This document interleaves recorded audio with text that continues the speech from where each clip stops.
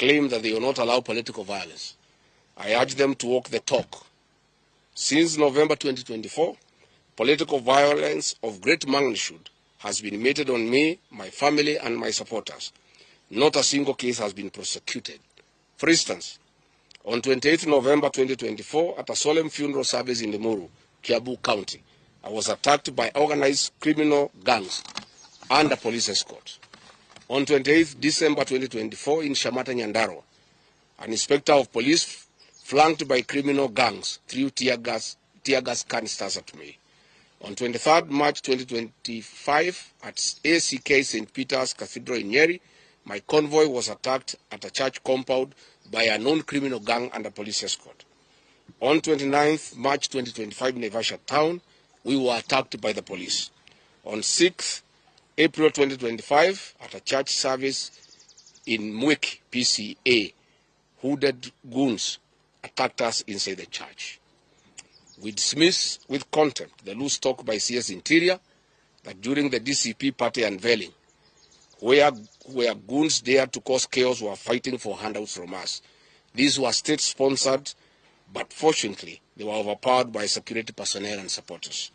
The CS has given instructions that instead of arresting the said goons, they disarm my security personnel to give goons free access to me and my supporters in future occasions. Let it be known that our party, DCP, has organic support, and we do not pay supporters to attend our meetings the way the government is doing to people to attend their meetings.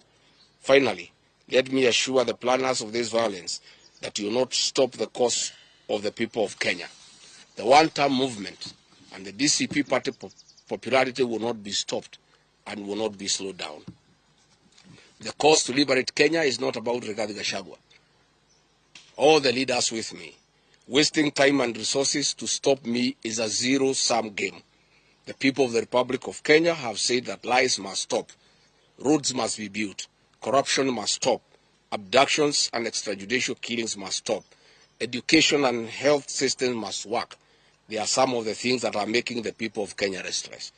We are putting our supporters on high alert that they have the right to express their frustrations if injustice is meted on us. My supporters and I will not be cowed or intimidated by the use of the criminal justice system to manage politics. The drama of waylaying us on roads should be stopped.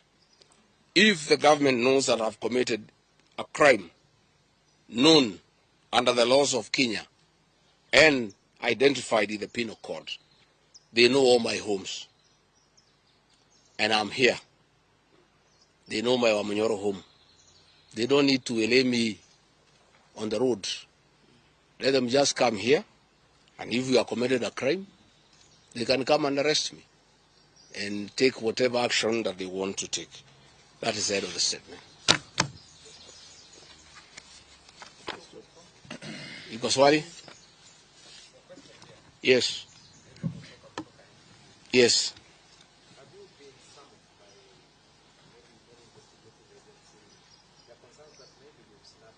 I have not been summoned by anybody, and I'm waiting if there is any summon. What happened is that they wanted to plant weapons in my convoy, and they wanted to use chemicals so that they can paralyze our brain the way they did to Kenneth Matiba. And that is why we had to take an escape, an alternative route to get here. I would have wished they came here instead of wailing us on the road and using those dreaded criminals who are responsible for abductions and extrajudicial killings. And that squad works under the Director General of the National Intelligence Service. It's 101 officers who are recruited from the administration police, and they have been given special training by the National Intelligence Service, and they are responsible for the abductions and extrajudicial killings. And that is the squad that had been planned yesterday and mobilized so that they can incapacitate me and my people. Yes.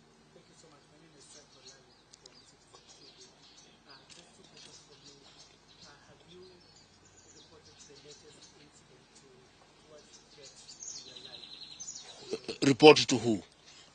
These are the same people who want to kill me. How do you report to the people who are planning to poison your mind so that the brain can be paralyzed and then you become a vegetable? I cannot report. And I wrote to the Inspector General of Police and the Director of Criminal Investigations. Instead of answering the issues I addressed, told me to report to the next police station. Yet all these things have happened under the cover of the police. So it is useless to go and report to the police. That is why I'm talking to the people of Kenya, so that if anything happens to me, President William Ruto must be held accountable. And I want to say, when they hounded me out of office, I pleaded with my supporters to stay calm and express their displeasure by singing. That is no longer going to be the case. And my supporters have blamed me for not allowing them to stand up to intimidation and the wrong things that are being done against their leaders.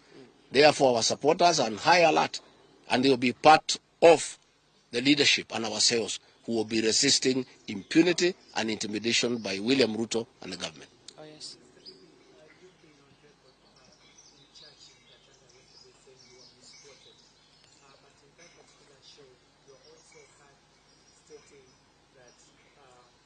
Should the elections be held in 2027, then it's going to be worse than how it was. I didn't say I was misquoted. I said the interpretation is wrong.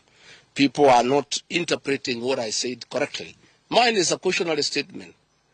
And history is very important. During the finance bill of 2024, I did caution President William Ruto and the cabinet that it will bring problems because I listened to the people of Kenya. When a member of parliament from Rift Valley says that even if the votes are not enough, they will know how to manufacture them. When another leader from Rift Valley says they can rule for 24 years. These are the things that have put the people of Kenya on notice, and people are speaking. Yes. And as a responsible leader, I must caution IBC that the people of Kenya are saying, please don't try. And we are saying we must draw parallels from history. And all I was saying is that that has happened before. In 2007, and it is possible it can happen now. And I was asking IBC to be patriotic enough to make sure they don't put the country into a crisis. That is all I did. I did not ask anybody to cause violence. I did not say people will fight each other. I just said, let's be careful. This has happened before, and it was bad. And from the way people are speaking, it could be worse. That is all I said. Yes, Waweru.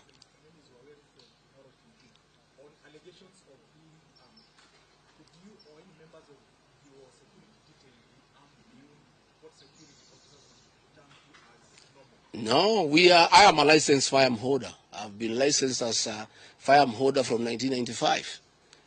Officers who helped me are licensed firearm holders within the provisions of the law. We don't carry any illegal weapons.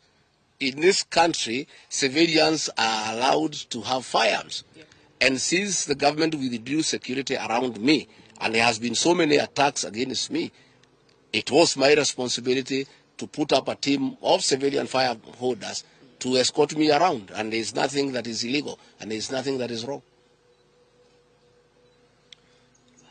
Tumesikizana? Asanteni sana.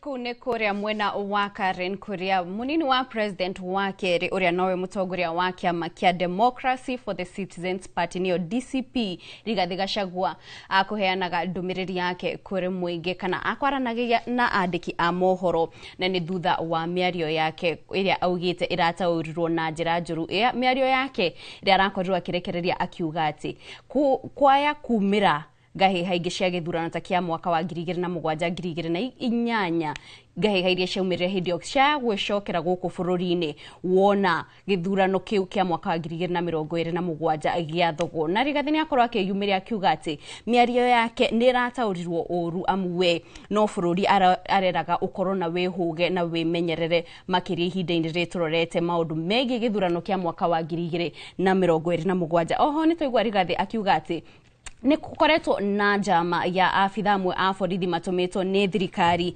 makigeria kuiga matharaita ngari-ini yake makimuigirira ena matharaita mugaru na watho o hamwe na kugeria kumuhuhiriria dawa kana poison iria ingiracungiriirie gikuũ giake undu uria augite ndahurite riboti amudari na wigerereki kana uhokeku na thirikari ino na ni riboti mwandiki wa mohoro wa Weru wa Nyambura aguthi na mbere kurumirira niguo gukorwo agitutariria maria mage mahanikire Rigathi akiarĩria bũrũri. Na rĩu mwĩroreri tukimurika mohoro mangĩ maria turi namo wakiri wa gavana Natembeya Ndegwa Njiru augite ni agiritio kumuona thutha wake kunyitwo ni maafitha IACC na agatara gavana ucio ndakaranirie kana kuruta ndumiriri yothe atari na wakiri ake.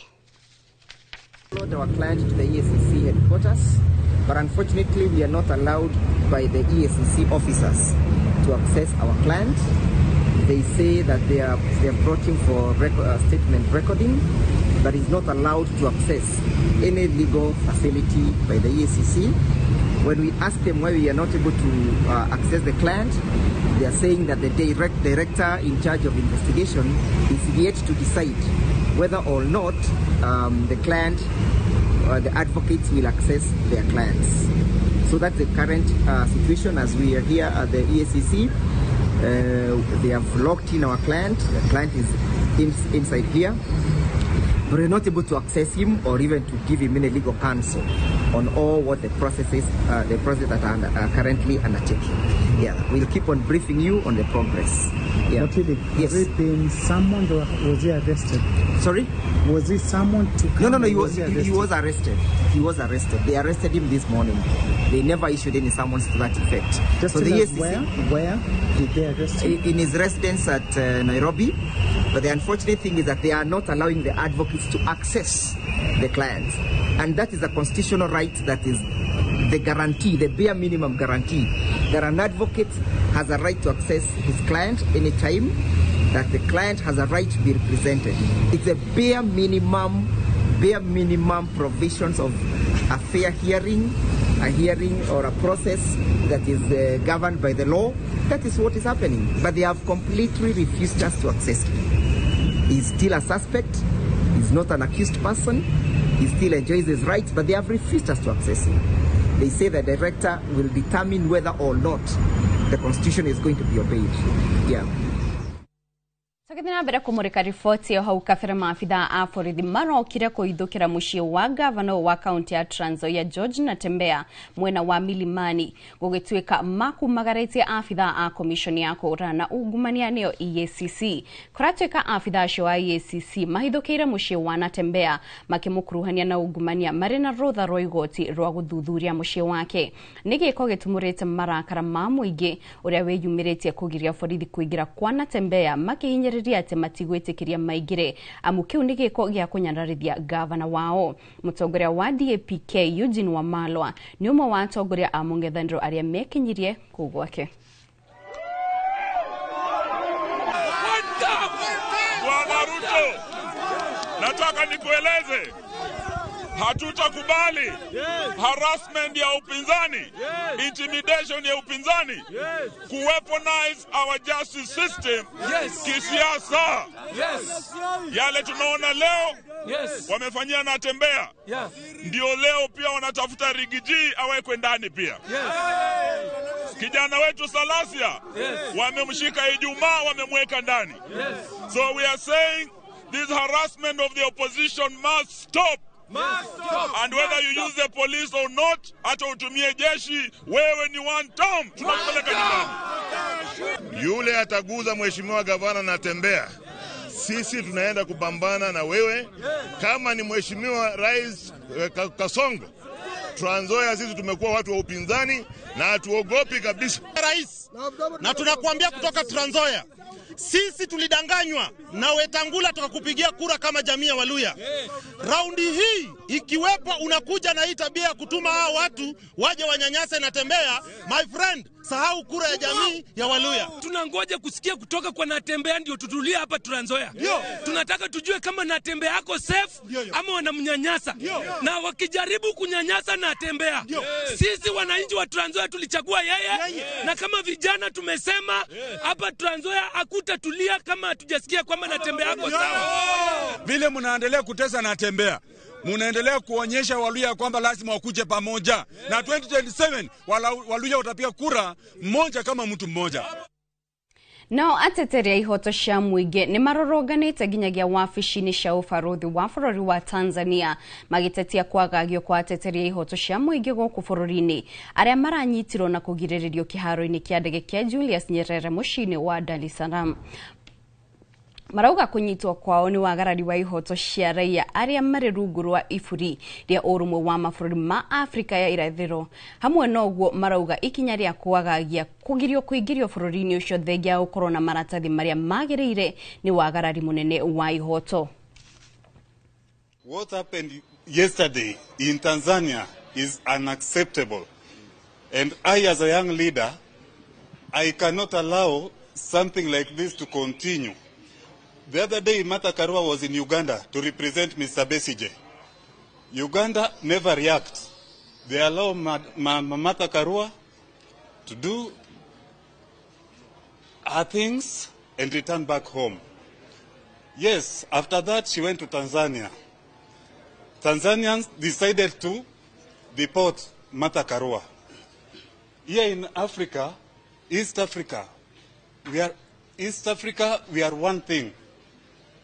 What is there any hidden agenda that we don't know, which is going on between Kenya and Tanzania? We have demands to the Tanzanian authorities, and there are only three. Demand number one, we need an apology to Mama Martha Karua and the people of Kenya. Number two, we need an explanation from the Tanzanian authority why what happened. And number three, we need a firm confirmation from the people of Tanzania and the East African community that what happened yesterday will not happen to anybody coming from East Africa. Na hau mweroreri-ini utukorwo tugitirihira mohoro maitu ma ithaa riri. Mohoro maya na mangi maingi maria andikitwo mohoro marathie na mbere kuhaririria na kumatha miena itiganite ya bururi maukinyira na njira njegega cihanda themwe na thaa 3. Koguo ndugathie haraya. Ni njitao Kate Muthoni ngakwendithĩria hwaĩ-inĩ mwega.